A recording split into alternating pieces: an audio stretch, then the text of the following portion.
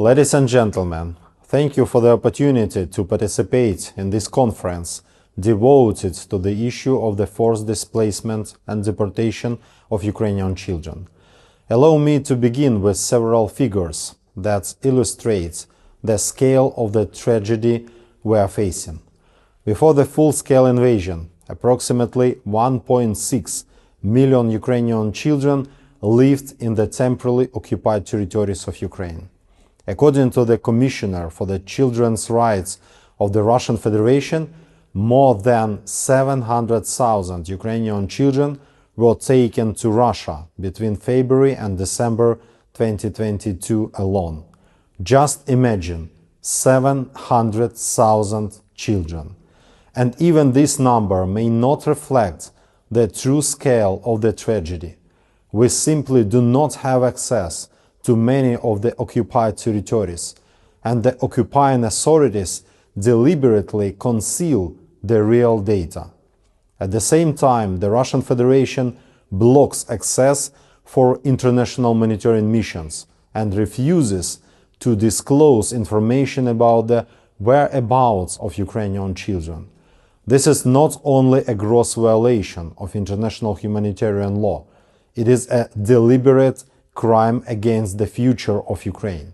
Moreover, the verification of deported children is further complicated by the systematic change of their identities.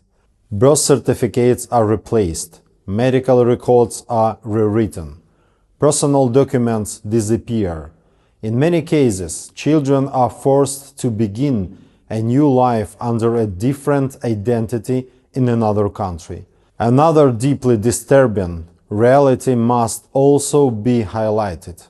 Ukrainian children in the occupied territories are forced to participate in military and so-called patriotic youth organizations, such as UNAMI, Eagles of Russia, Movement of the Frost, Warrior, Cadet Corps, and others. In all these institutions, children are required to take oaths of loyalty to the aggressor state. They are taught so-called Russian values and are even trained in military-related activities. Children being prepared for war. This is not education, this is systematic indoctrination. Ukraine is doing everything possible to return every deported and forcibly displaced child. Yet this process is never simple, and even when children return home, the journey is far from over. Many arrive deeply traumatized by war, separation, pressure, and fear. This is why our institution established the Child Rights Protection Center in Kyiv in 2023. At the center, specialists interview children, develop individual reintegration plans, provide psychological and medical support, assist with housing and documentation, and help children overcome educational losses. As of 16 March 2026, 2,048 Ukrainian children have been returned home, including 424 children returned through the efforts of our institution. Mediation has become a critical instrument in this process. In 2025, the issue of returning Ukrainian children was elevated to the highest political level in the United States, with significant political support now provided by the First Lady of the United States, Melania Trump. Yet bringing children back physically is only part of our responsibility. Their recovery, emotional, psychological, and social, requires long-term support. The return of Ukrainian children is not only Ukraine's humanitarian mission, it is a global moral responsibility. Despite all obstacles and challenges, Ukraine calls for the following: ensure the return of all deported and forcibly displaced Ukrainian children in accordance with international law and relevant UN resolutions. Provide full and reliable information about all Ukrainian children under the control of the Russian Federation and guarantee access for international humanitarian organizations. Stop the alteration of children's identities, including forced citizenship changes, transfers to Russian families or institutions, indoctrination, and militarization. The world has finally recognized what Ukraine has been warning about for years.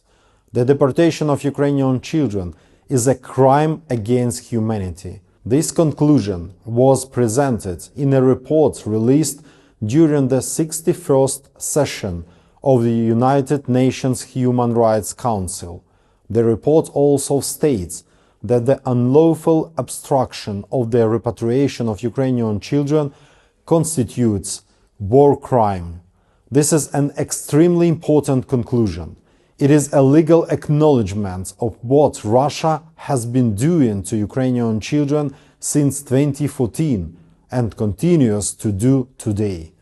But let us be clear, it is not only about the physical removal of children from occupied territories. It is about something far deeper and far more dangerous. It is about attempts to take away their names, their families, their language, their memories, and ultimately their identity as Ukrainians. What we are witnessing is not a series of isolated incidents. It is a systematic policy that shows clear signs of genocidal intent, and that is precisely why the return of every Ukrainian child is not only a humanitarian task. It is a matter of justice, accountability, and the protection of the future of Ukraine. Let us work together so that the next time we meet, we will speak not about the number of missing children, but about families reunited, childhoods restored, and a future rebuilt on dignity and peace. Thank you, dear colleagues. Glory to Ukraine.